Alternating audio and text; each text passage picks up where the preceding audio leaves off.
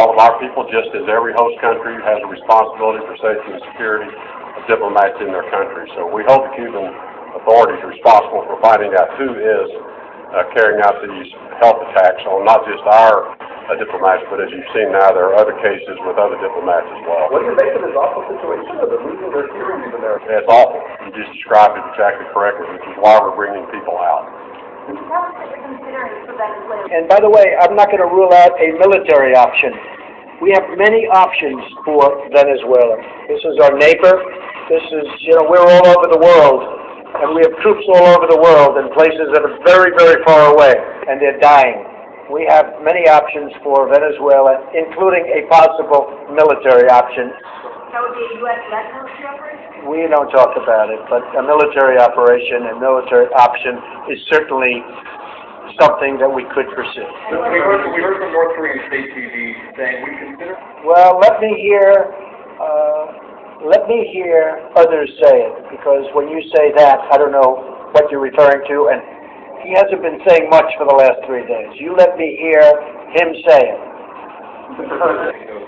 I don't want to comment because I think they're very different places, so I don't want to comment.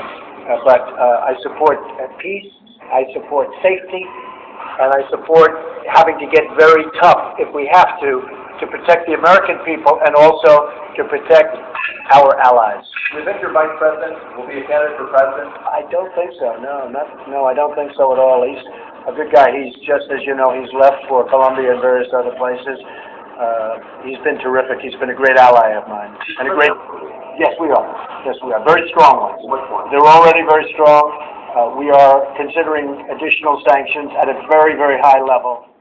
Secretary Costa, Secretary DeVos, for joining us today.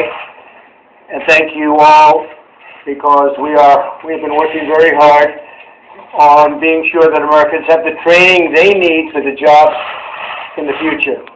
I also want to thank Ivanka, my daughter, for her leadership on workforce training and her efforts. She's been working very, very hard. And manufacturers have never expressed more optimism about the future. The optimism has been truly incredible. Recently, Foxconn announced that it's going to invest $10 billion to build a new factory in Wisconsin. We want to make sure that every job that comes back to our shores is filled with American workers. We have a lot of companies moving back to our country. You're probably seeing that 2 major automobile companies just announced they're moving back to the United States. So 7 or 8 different states, and they're going to be very happy building in the United States. It's going to work. A historic initiative to expand apprenticeship and workforce training programs in all important. And apprenticeships are one of the many avenues that lead to the great jobs completely debt-free. And who knows more about the word apprentice than Donald Trump?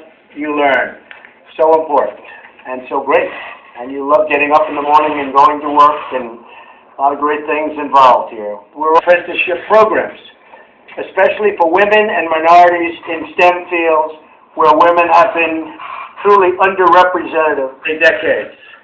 Technology has become a part of nearly every industry, from manufacturing to retail.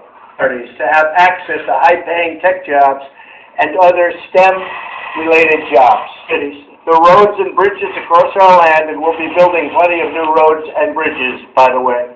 The technology that has revolutionized the globe, and so much more, as you're well aware. Their skills, talent, and grit have always put America on top, and we're going to remain on top into the future. We have great, great hope. We have a great, great future in this country.